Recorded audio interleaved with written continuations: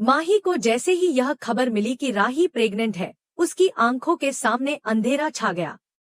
उसे लगा जैसे उसकी सारी कोशिशें, उसकी साजिशें और प्रेम को हासिल करने की योजनाएं एक झटके में बिखर गईं।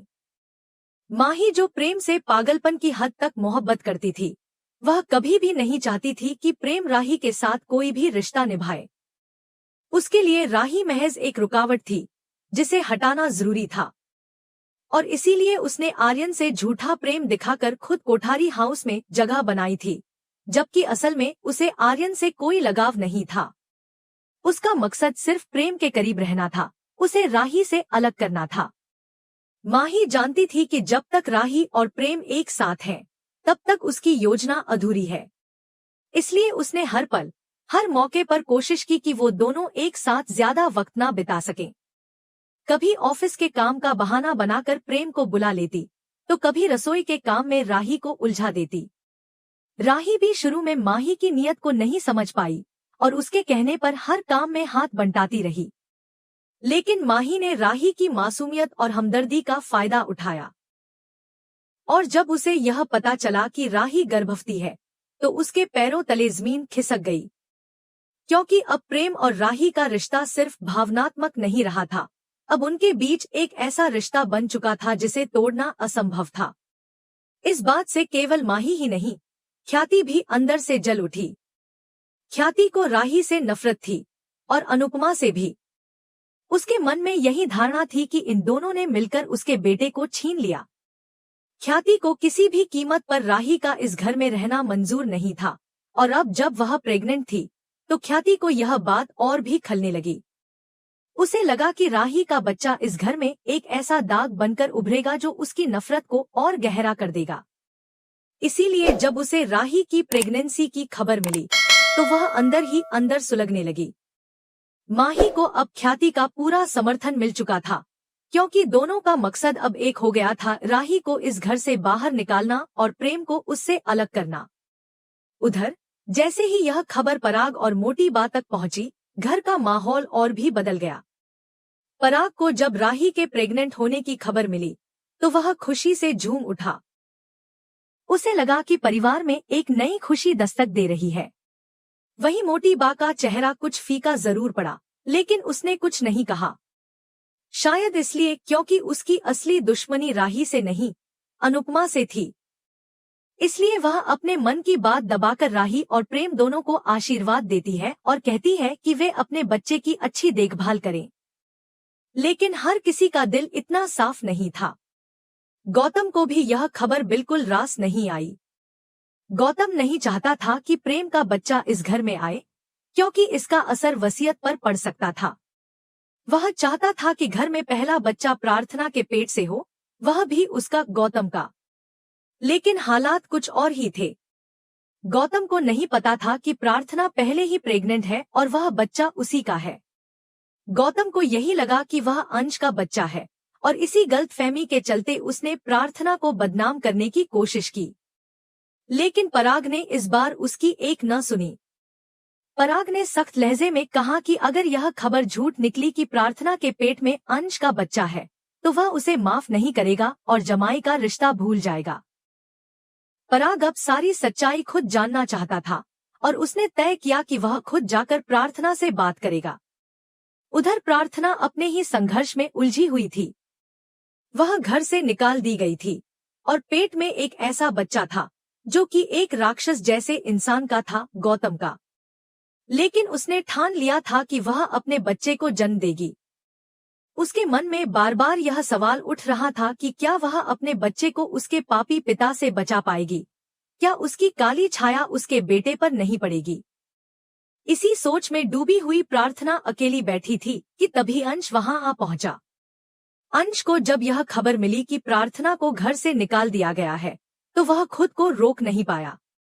वह तुरंत प्रार्थना के पास गया और उससे माफी मांगते हुए बोला, प्रार्थना, चलो मेरे साथ घर चलो। लेकिन इस बार प्रार्थना ने मना कर दिया। वह बोली, मैं उस घर में नहीं लौट सकती जहां मेरी वजह से माँ को तकलीफ हो रही है। माँ ने साफ कह दिया था कि या तो वो रहेंगी या मैं उन्हें उनके ही घर से कैसे निकाल सकती हूँ। कोठारी हाउस अब मेरा घर नहीं रहा, मैं अपने और अपने बच्चे के लिए कोई और ठिकाना ढूंढ लूंगी। अंश फिर भी हार नहीं मानता। वह कहता है, प्रार्थना, तुम इस हालत में अकेली कहाँ जाओगी? तुम्हें अकेले नहीं छोड़ सकता। एक दोस्त होने के नाते तुम्हें मेरे घर चलना होगा। प्रार्थना पहले बहुत मना करती है, लेकिन अंश के लगातार समझाने और उसका दर्द देखकर अंत में वह मान जाती है।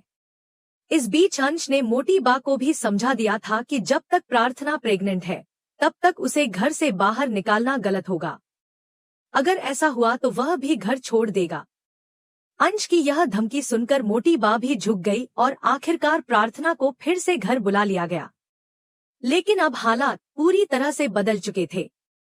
राही की प्रेगनेंसी, प्रार्थना का अकेलापन, माही और ख्याति की साजिश, पराग की चेतावनी और गौतम का डर, ये सभी मिलकर कोठारी हाउस को एक नए तूफान की तरफ ले जा रहे थे। सब कुछ एक बहुत बड़े विस्फोट से पहले की शांति जैसा लग रहा था। माही की आंखों में अतीत के वो सारे लम्हे तैरने लगे जब उसने आर्यन को अपने प्यार के जाल में फंसाया था। उसने पहले ही जान लिया था कि आर्यन नशे का आदी है और इसी कमजोरी का फायदा उठाकर उसने अपने रास्ते के कांटे हटाने की साजिश रची थी। माही को पता था कि आर्यन ड्रग्स कभी नहीं छोड़ेगा और जिस तरह का जहर वह अपने शरीर में भर रहा था, उससे उसकी मौत एक दिन निश्चित थी। मगर यही तो माही की योजना थी, आर्यन से शादी करना, उसका भरोसा जीतना, फिर उसकी बर्बादी का तमाशा देखना, ताकि वह प्रेम के और करीब आ सके। माही कोठारी हाउस में सिर्फ आर्यन की पत्नी बनकर नहीं, बल्कि प्रेम की जिंदगी में दाखिल होने के इरादे से आई थी। वह बार बार आर्यन को समझाने का नाटक करती, ड्रग्स मत लो आर्यन, यह तुम्हें बर्बाद कर देगा। मगर अंदर ही अंदर उसे पता था कि जितना ज्यादा वो मना करेगी, उतनी ही बार आर्यन वही करेगा। इंसान की यही फितरत होती है। और वही हुआ। आर्यन ने अपनी आदत नहीं बदली, बल्कि एक बार फिर ओवरडोज लिया और शादी के एक ही दिन बाद उसकी मौत हो गई। माही विधवा बन गई, लेकिन उसके चेहरे पर आंसू नहीं थे, क्योंकि वह तो इस नाटक का मंचन पहले ही अपने दिल में कर चुकी थी। माही अब प्रेम के पास जाने के लिए पूरी तरह आजाद थी। लेकिन माही का ये खेल सिर्फ राही ही नहीं, बल्कि पाखी भी समझ रही थी। पाखी ने राही को चेतावनी दी, यह जो हो रहा है मैंने पहले भी देखा है। माही वही कर रही है जो उसकी माँ ने किया था। तुम्हारे अंदर मुझे अनुपमा की छवि दिखती है और माही में काव्या की। मगर राही गुस्से में आ गई, तुम हमारे मामले में मत बोलो पाखी, और अगली बार मुझे अनुपमा जैसी कहने की हिम्मत मत करना। पाखी कुछ नहीं बोली, लेकिन मन ही मन सोचती रही, राही, तुम मानो या ना मानो, तुम अनुपमा जैसी ही हो, और शायद तुम्हारी किस्मत भी वैसी ही निकलेगी। इसी बीच मुंबई में अनुपमा की जिंदगी अलग ही मोड़ ले रही थी।